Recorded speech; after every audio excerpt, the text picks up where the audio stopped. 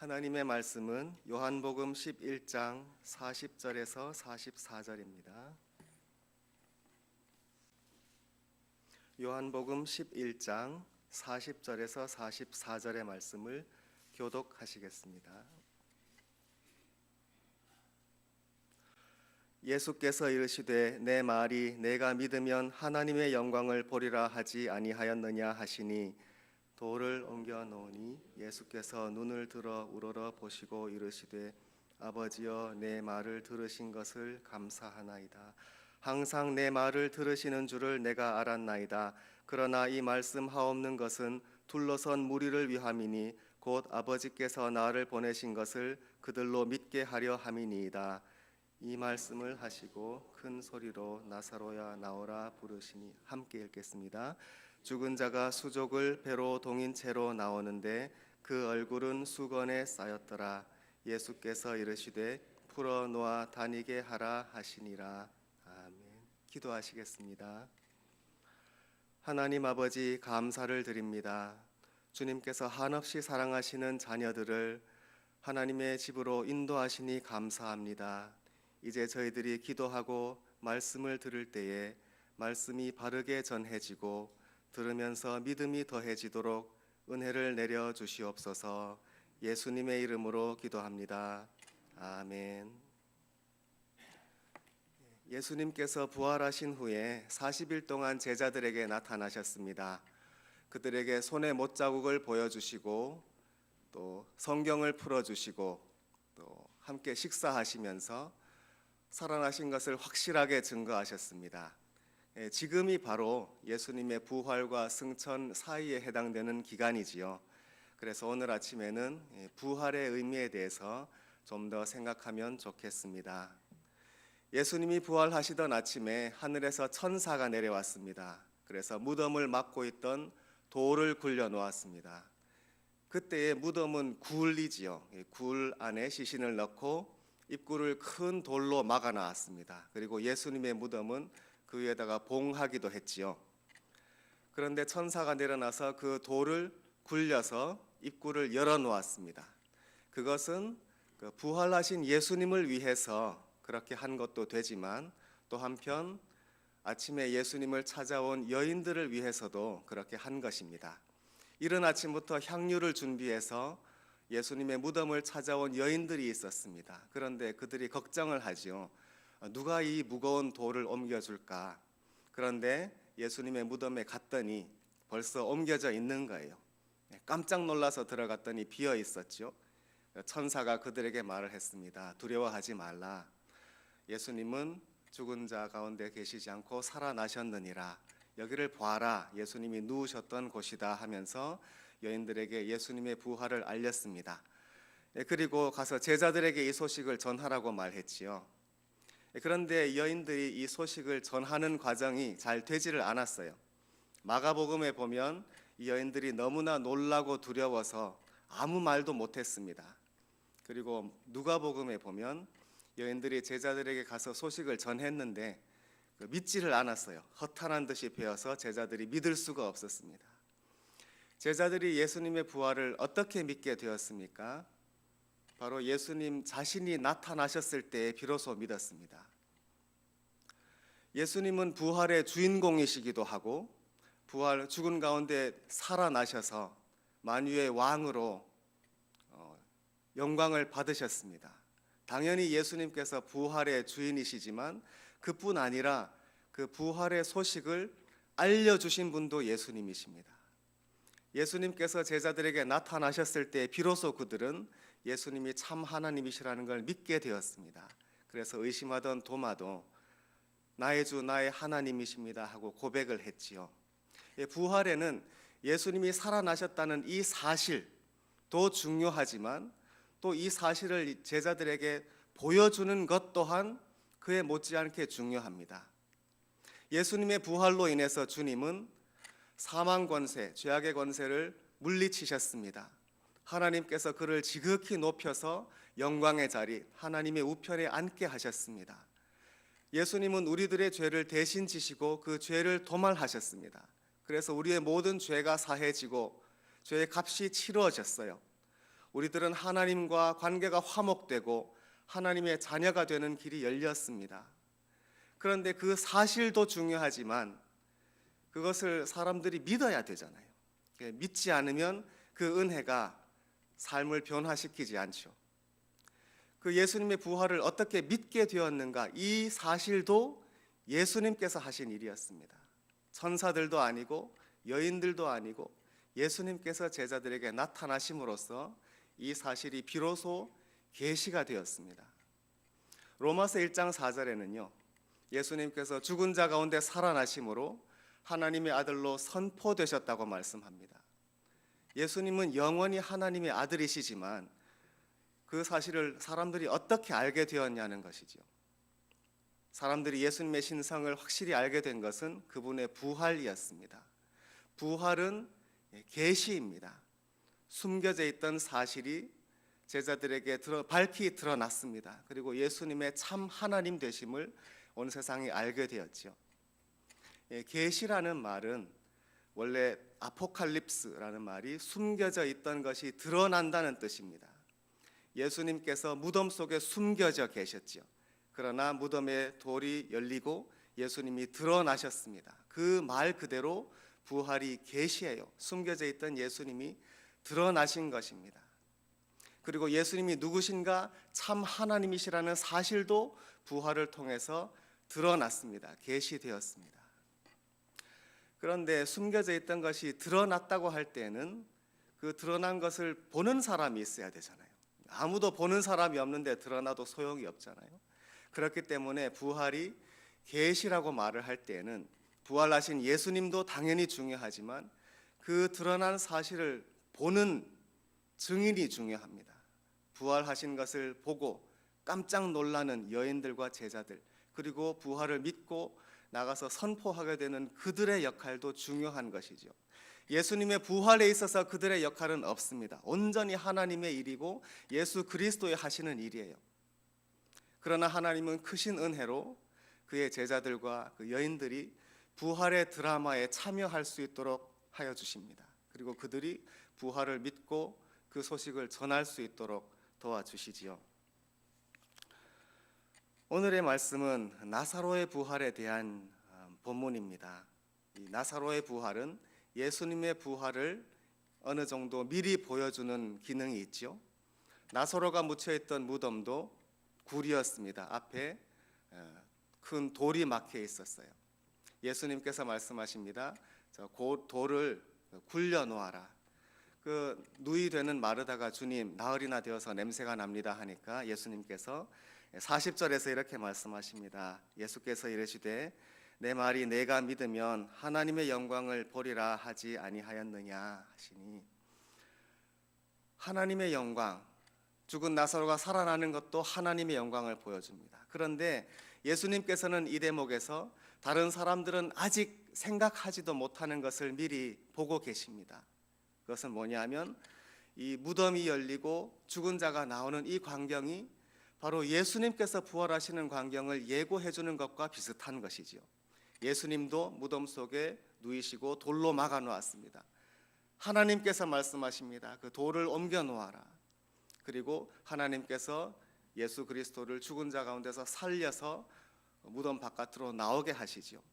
사람들은 미처 알지 못했지만 죽은 나사로를 살리시는 예수 그리스도의 모습은 부활절 아침에 무덤 속에 계신 예수님을 살리시는 하나님 아버지의 모습입니다. 하나님 아버지의 능력과 권세를 지금 예수 그리스도께서 사용하고 계시죠. 그래서 예수님의 모습을 통해서 하나님의 영광을 보는 것입니다. 주위에 둘러섰던 사람들은 지금은 아직 이 사실을 모르지만 나중에 예수 그리스도를 보는 것이 하나님을 보는 것이구나, 하나님의 영광이 예수님을 통해서 보였구나 하는 것을 깨닫게 되었습니다.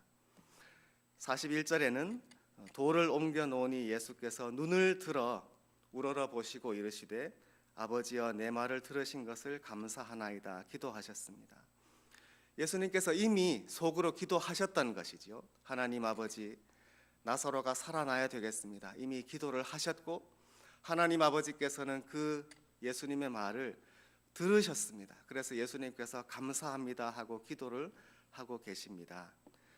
42절에 보면 항상 내 말을 들으시는 줄을 내가 알았나이다 라고 말씀을 하시는데, 여기서 알았나이다라는 이 말은 좀 설명이 필요해요. 그 언어에 그 시제가 있잖아요. 과거형, 현재형이 있는데 저 알았나이다 하는 이 한국말은 좀 특이해요. 그러니까 알았다는 이 말은 한국말로 시제가 과거형과 현재형이 좀 달라요. 무슨 말이냐면은 우리가 그 과거부터 알던 일이 있잖아요. 원래 알던 일, 그거는 우리가 뭐라고 말하냐면은 나 그거 알아라고 말해요. 현재형으로 말해요. 그러니까 반대로 과거에는 몰랐는데 지금 알게 된 일 있잖아요. 현재 아는 거예요. 그거는 알았어 이렇게 말해요. 그 과거로 말해요. 그 반대예요.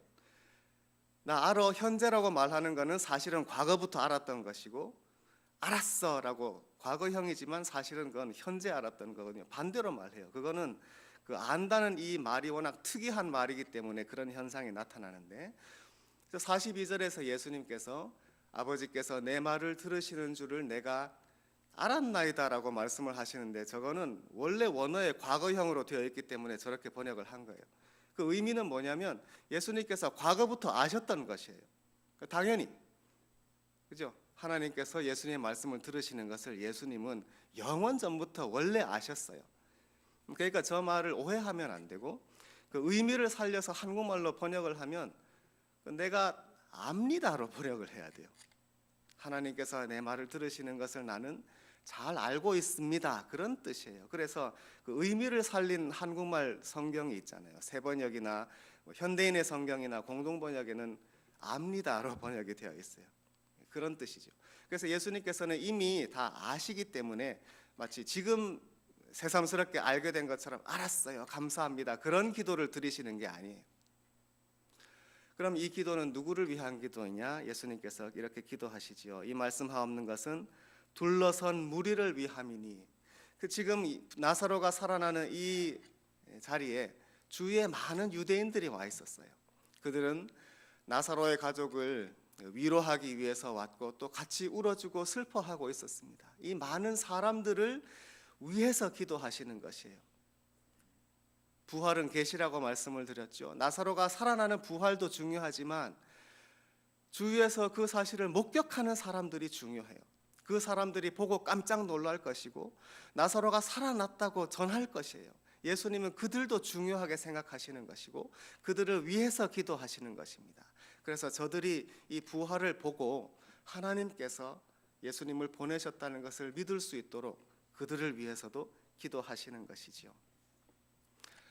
43절에 이 말씀을 하시고 큰 소리로 나사로야 나오라 부르십니다. 이 말씀은 요한복음 5장 25절에서 무덤 속에 있는 자들이 하나님 아들의 음성을 들을 때가 오나니 곧 이때라, 듣는 자는 살아나리라 하고 말씀하신 것을 이루시는 것이죠. 그것은 마지막 날에 이루어질 것입니다. 요한복음 6장 40절에 마지막 날에 내가 그들을 살리시리라 하고 말씀하셨습니다. 마지막 날이 되면 무덤 속에 있는 죽은 자들이 하나님의 아들의 음성을 듣습니다. 저와 여러분이죠. 그리고 음성을 듣고 살아나요. 이 예수님의 말씀을 나사로를 통해서 예표하신 것이지요. 그래서 무덤 속에 있는 나사로가 예수님께서 큰 소리로 부르시는 음성을 듣습니다. 나사로야 나오라 하는 큰 음성을 듣고 나오게 되죠. 이것은 저와 여러분 그리고 모든 사람들의 부활을 예표하는 것입니다. 44절에 죽은 자가 수족을 배로 동인 채로 나오는데 이 문장에서 주어가 뭐라고 되어 있습니까? 죽은 자로 되어 있습니다. 나사로라는 이름이 있고 또 주위에 많은 사람들이 그를 위해서 왔으니까 아마 좀 유명한 사람이었거든요. 그런데 그의 이름이 무엇이었든지 이 세상에서 어떤 위치에 있었든지 지금 그를 부르는 단어는 죽은 자예요. 이것이 인간의 존재입니다. 우리들은 죽을 자들이고 또 죽은 자입니다. 죽은 자가 수족을, 한국말로는 딱 한 단어로 되어 있는데 자세하게 상세하게 설명했습니다. 손들과 발들을, 그러니까 두 손과 두 발을 배로 동인 채로 나왔다. 동였다는 저 단어는 묶었다는 뜻이에요. 사도행전 12장에서 베드로가 감옥에 갇혀 있고 쇠사슬로 묶여 있거든요. 그 단어예요. 죽은 자는 손과 발을 배로 묶어 놓습니다. 그 얼굴도 수건에 쌓아 놓았는데 그 쌓였더라는 저 단어도 그 묶었다는 단어와 어근이 같아요. 얼굴을 뺑 둘러서 묶어 놓은 거예요. 산 자에게는 그렇게 하지 않죠. 죽은 사람이기에 손과 발을 묶어 놓고 얼굴도 뺑 돌아가면서 묶어 놓은 것입니다. 근데 그대로 나온 거예요. 예수님의 음성을 듣고. 어떻게 나왔어요? 손과 발이 묶여 있으니까 좀 이상하잖아요. 이게 걸을 수가 없을 텐데 이렇게 통통 튀어 나왔는지, 어떻게 나왔는지 우리가 알 수가 없어요. 짐작하기는 이게 천사가 도왔는가 생각을 해봐요. 이 천사가 그를 묶여 있는데 들어서 나올 수 있도록 도와주었지 않았나 짐작은 할 수가 있는데 모르지요. 하나 분명한 것이 있습니다. 그건 뭐냐면 나사로가 나오는데 아무 어려움이 없었다는 거예요. 예수님께서 나오라 하시니까 나온 거예요. 나사로의 입장에서는 손발이 묶여 있는지 얼굴이 가려져 있는지 전혀 문제가 되지 않아요. 그냥 나오라니까 나오는 거예요. 나사로의 입장에서는 손과 발이 얼굴이 배나 수건으로 묶여 있는지 지금 의식도 못하는 상황이지요.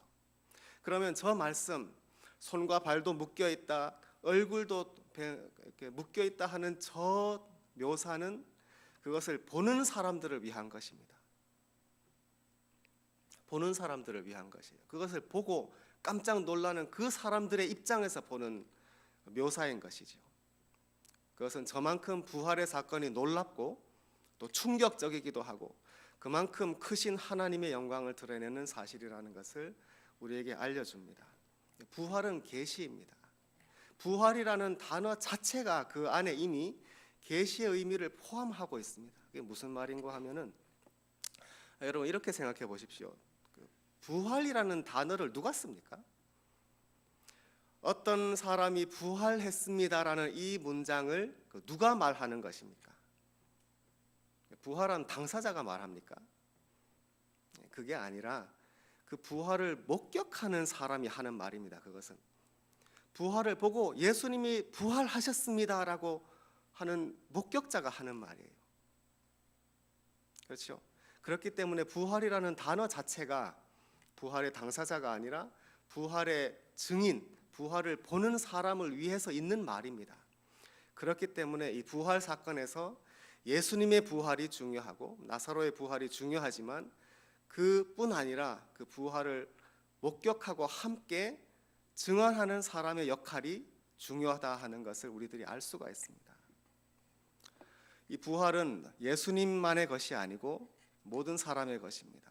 저와 여러분이 부활할 것입니다. 예수님께서 마지막 날에 저와 여러분을 살리실 것이에요. 그것이 구원의 완성입니다.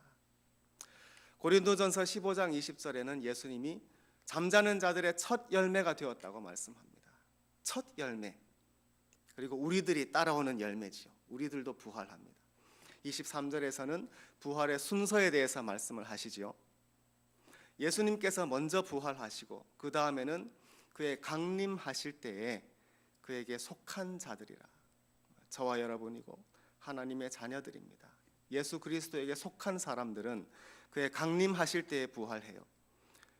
주님께서 하늘을 여시고 호령과 천사장의 소리와 하나님의 나팔 소리로 친히 하늘로조차 강림하실 때에 무덤이 열리고 모든 하나님의 자녀들은 부활해요. 그런데 이 부활의 의미가 무엇입니까? 우리들이 믿는 사람이 죽으면 그 몸은 당연히 무덤에 묻히지요. 그러나 영혼은 천국에서 복락을 누립니다. 이미 영화롭게 변화되었고 영원한 복락을 누리고 있고 하나님과 예수님과 동행하고 있습니다. 그것으로 충분한 것 같지만 그러나 그것이 구원의 완성이 아니에요. 구원이 온전히 이루어지려면 우리들이 하늘에서 복락을 누릴 뿐 아니라 땅에서 무덤을 열고 부활해야 돼요. 그것이 이루어지기 전까지는 하나님의 구원의 계획이 완성된 것이 아닙니다. 그러면 우리들이 무덤을 열고 부활해야 되는 이유가 무엇입니까? 그것은 저와 여러분의 유익이 아니라 그 부활을 보는 사람을 위한 것입니다. 예수님이 강림하실 때 이 땅에 있는 사람들이 있습니다. 믿음을 지키고 있는 성도도 있고 아직까지 하나님을 믿지 않고 하나님의 원수된 자들도 있습니다. 이 모든 사람들이 부활을 볼 것입니다. 모든 부활에는 증인이 있습니다. 성경에서 있는 모든 부활 사건이 아무도 보지 않는데 일어나는 일은 없어요. 역사의 마지막에 무덤을 열고 죽은 자들이 일어나는 이 크고 놀라운 날에 세상의 모든 사람들이 그 놀라운 사건을 보고 하나님께 영광을 돌릴 것이고 예수 그리스도를 주님으로 시인할 것입니다. 자, 그런데요, 만약에 지금 오늘 예수님께서 강림하신다면 어떻게 될까요? 지난 2000년 동안 살아났던 모든 사람들이 땅에 있는 사람들 앞에 나타나겠죠. 너무나 사람이 많으니까 누가 누군지, 베드로와 바울도 있을 것인데 알아볼 수 있을지 얼굴도 모르잖아요. 물론 하나님께서 특별한 은혜를 주시겠지만, 그런데 초대교회 성도들은 그렇게 생각하지 않았어요. 초대교회 성도들은 예수님의 재림이 임박했다고 믿었기 때문에, 지금이 마지막 때라고 믿었고 예수님께서 깨어있으라고 당부하셨기 때문에 예수님의 강림은 곧 이루어지고 어쩌면 내가 죽기 전에 이루어진다고 많이 믿었어요. 그러니까 그런 입장에서는 예수님과 죽은 자들의 부활의 의미는 굉장히 달라요. 무덤이 열리고 살아나는 그 사람들이 죽은 지 얼마 되지 않은 잘 아는 사람들이에요. 그렇죠. 그러니까 원래 모든 성도의 부활의 의미는 이미 잘 알고 있고 오랫동안 신앙생활을 했는데 죽음으로 인해서 잠시 헤어졌던 사람들이 다시 반갑게 만나는 광경이에요.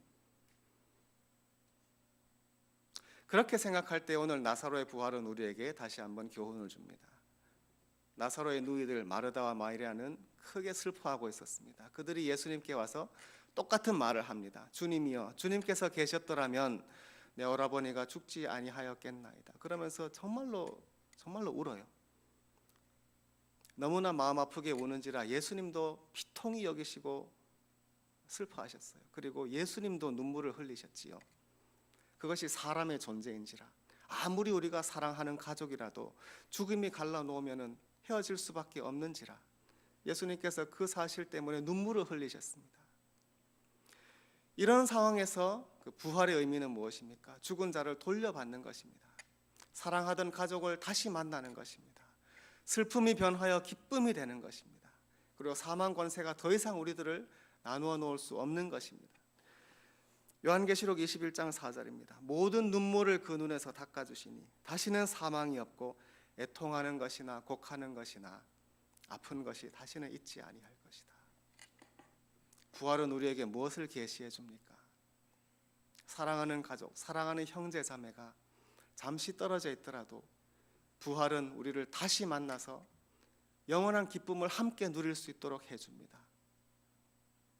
이 소망을 가지고 살아야 합니다. 이 소망이 필요한 사람들이 지금 이 세상에도 너무나 많습니다. 잘 아시는 대로 이 세상에는 내전과 테러와 사건으로 인해서 사랑하는 가족을 잃은 사람들이 너무나 많이 슬퍼하고 있습니다. 그들이 이 복음을 들어야 합니다.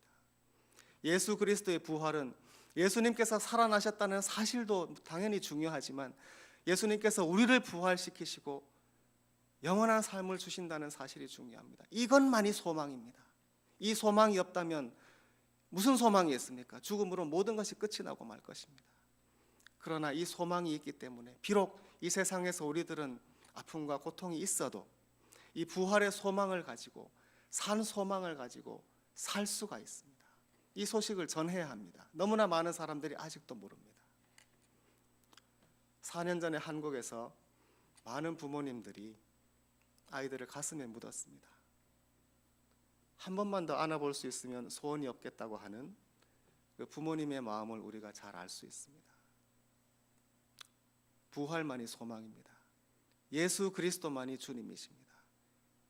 예수 그리스도 안에서 우리들은 비록 죽은 자라도 다시 안고 영원히 함께 살 수 있다고 하는 산 소망을 가질 수 있습니다. 이 소식을 전해야 합니다. 이 소식을 전하기 위해서 우리들은 부름받았습니다. 이 부활의 신앙을 가지고 살아야 합니다. 이 신앙이 세상을 바꿀 수 있다는 것을 보여주기 위해서 우리 워싱턴 제일장로교회와 모든 교회는 존재합니다. 함께 기도하겠습니다.